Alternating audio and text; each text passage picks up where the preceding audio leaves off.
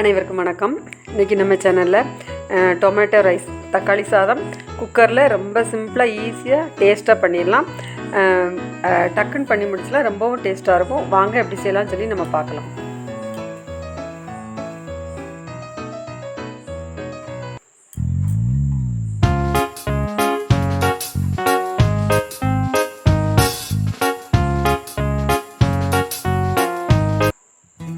இப்போ இந்த தக்காளி சாதம் பண்ணுறதுக்கு நான் வந்து 3 பேருக்கு தக்கன அளவு சொல்கிறேன்.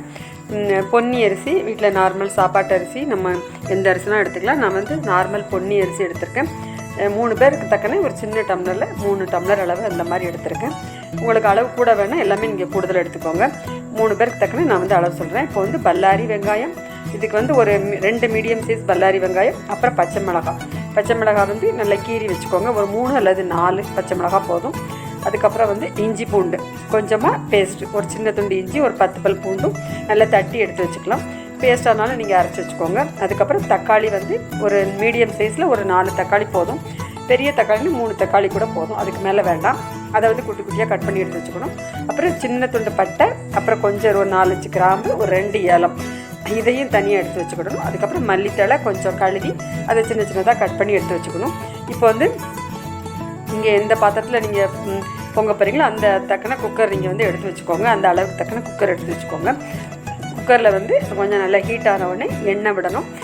எண்ணெய் வந்து நார்மல் நீங்கள் குக்கிங் ஆயில், நல்லெண்ணெயை தவிர நீங்கள் எந்த எண்ணெய்னாலும் யூஸ் பண்ணிக்கோங்க. ஒரு 3லேருந்து ஒரு 4 ஸ்பூன் அளவு போதும், எண்ணெய் போதும்.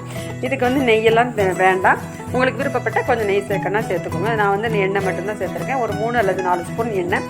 அதில் எண்ணெய் கொஞ்சம் ஹீட் ஆனவுடனே அதில் அந்த பட்டை கிராம்பு ஏலம் அதை வந்து போடணும். அதை வந்து போட்டு கொஞ்சம் அந்த லைட்டாக பொரியணும், ரொம்ப கருகிடக்கூடாது. போட்டுட்டு லைட்டாக அந்த பொரிஞ்ச உடனே நம்ம வந்து நறுக்கி வச்சுருந்த பல்லாரி வெங்காயத்தை வந்து அதில் போடணும். போட்டுட்டு அந்த பச்சை மிளகாயும் சேர்த்து போடலாம். இதில் வந்து பச்சை மிளகாய் மட்டும்தான் காரம். இதில் வந்து இந்த மிளகாய் வந்து நான் ஒரு 3 அல்லது 4 அந்த மாதிரி கீரி போட்டிருக்கேன்.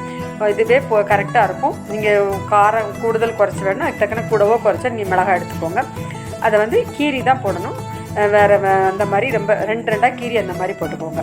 இப்போ பல்லாரியும் அந்த மிளகாயும் அந்த எண்ணெயில் வந்து நல்லா வதங்கணும். நல்ல ஓரளவு அந்த பல்லாரி வந்து நல்ல ப்ரௌன் கலரில் ஆகணும். அந்த அளவுக்கு வந்து நல்லா வதக்கிக்கோங்க. நல்ல வதக்கின தீயை வந்து ரொம்ப கூட்டி வைக்க வேண்டாம், ஓரளவு நிதானமாக எரிச்சிக்கோங்க.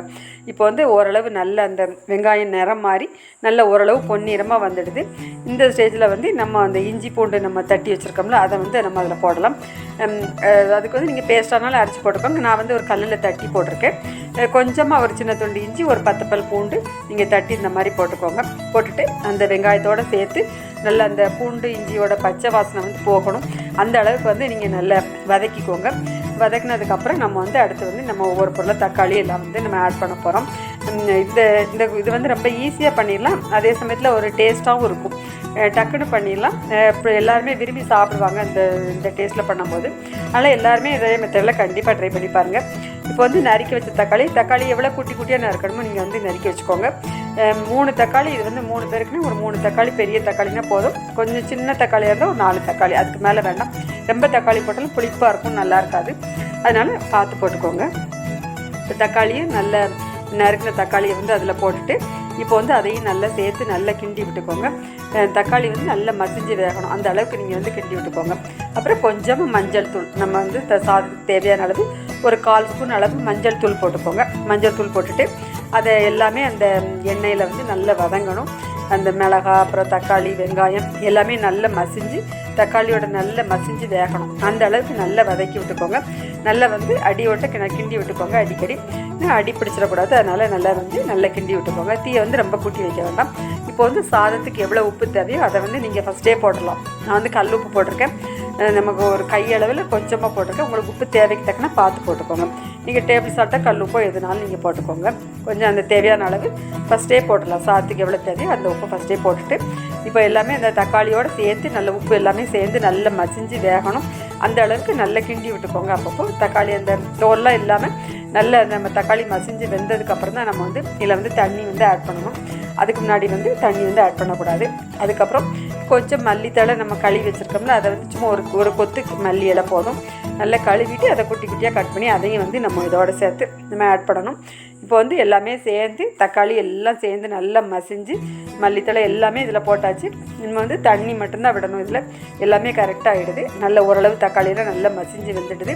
இதில் வந்து மிளகாத்தூள் பொடி எல்லாமே எதுவுமே போட போகிறதில்ல. வெறும் மிளகாவோட காரமும் அதுக்கப்புறம் இஞ்சி கூட காரம் மட்டும்தான். இது வந்து இந்த டேஸ்ட்டில் பண்ணும்போது ஒரு நல்ல டேஸ்ட்டாக இருக்கும். அதனால் மிளகாத்தூள் பொடி எதுவுமே நான் வந்து போடலை. இது மட்டும்தான். அதுக்கு தக்க நீங்கள் பார்த்து அந்த மிளகாய் வந்து உங்களுக்கு காரத்துக்கு தக்க நீங்கள் போட்டுக்கோங்க. அதுக்கப்புறம் வந்து தண்ணி நம்ம வந்து அளந்து விடணும். நீங்கள் ரைஸை வந்து கொஞ்ச நேரத்துக்கு முன்னாடி கொஞ்சம் ஊற வச்சுக்கோங்க. ஒரு 1/2 மணி நேரம் ஊற வச்சுக்கோங்க. தண்ணி வந்து 2.25 பங்கு நான் வந்து விட்டுருக்கேன். ரொம்ப உதிரியாக வேணும்னா நீங்கள் 2.5 பங்கு வச்சுக்கோங்க. ரொம்ப குலைவாக வேணும்னா 3 பங்கு வச்சுக்கோங்க. நான் வந்து 2.25 பங்கு வச்சுருக்கிறது வந்து ஓரளவு கரெக்டாக வரும். ரொம்ப உதிரியாகவும் இல்லாமல் ரொம்ப குலைவாகவும் இல்லாமல் கரெக்டாக இருக்கும். உங்களுக்கு விருப்பத்துக்கு தக்கன நீங்கள் குலைவாக வேணும்னா 3 பங்கு வச்சுக்கோங்க. உதிரியாக வேணும்னா 2.5 பங்கு வச்சுக்கோங்க.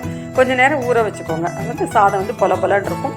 இந்த அளவில் நீங்கள் வந்து கண்டிப்பாக பண்ணிக்கோங்க. இப்போ வந்து தண்ணி நல்லா கொதிச்சிருச்சு. கொதித்த உடனே நம்ம வந்து நல்ல அரிசியை வந்து நல்லா களைஞ்சிட்டு அந்த தண்ணியெல்லாம் இல்லாமல் நல்லா வடிச்சிட்டு இந்த தண்ணியில் வந்து நம்ம அந்த அரிசியை வந்து போட்டுட்டு நல்லா கிண்டி விட்டுக்கோங்க. கிண்டி விட்டு இதில் வந்து நீங்கள் உப்பு பார்த்துக்கோங்க, டேஸ்ட் பார்த்துக்கோங்க. டேஸ்ட்டு பார்த்துட்டு உங்களுக்கு உப்பு காணலைன்னா நீங்கள் வந்து கொஞ்சம் பார்த்துட்டு போட்டுக்கோங்க.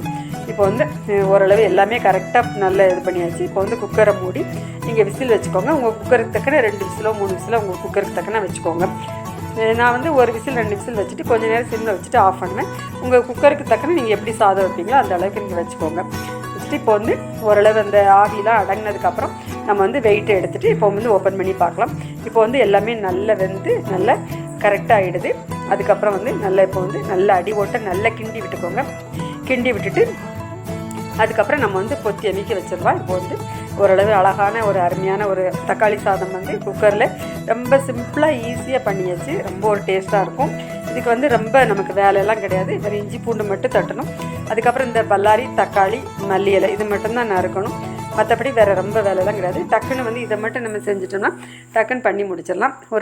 ஒரு 40 நிமிஷம் அந்த மாதிரியில் நம்ம வந்து இந்த சாதம் வந்து ரெடி பண்ணி முடிச்சிடலாம். இதுக்கு வந்து சைட் டிஷ் வந்து நான்வெஜ் வெஜ்ஜு குருமா எதுனாலும் நம்ம வச்சு சாப்பிடலாம். ரொம்ப ஒரு டேஸ்ட்டாக இருக்கும். கண்டிப்பாக இதே மெத்தடில் வந்து நீங்கள் வந்து ட்ரை பண்ணி பாருங்கள். ட்ரை பண்ணி பார்த்துட்டு செஞ்சு பார்த்துட்டு கமெண்ட் சொல்லுங்கள். நம்ம சேனல் பிடிச்சதுன்னா லைக் பண்ணுங்கள், கமெண்ட் பண்ணுங்கள், ஷேர் பண்ணுங்கள், சப்ஸ்கிரைப் பண்ணுங்கள். நன்றி.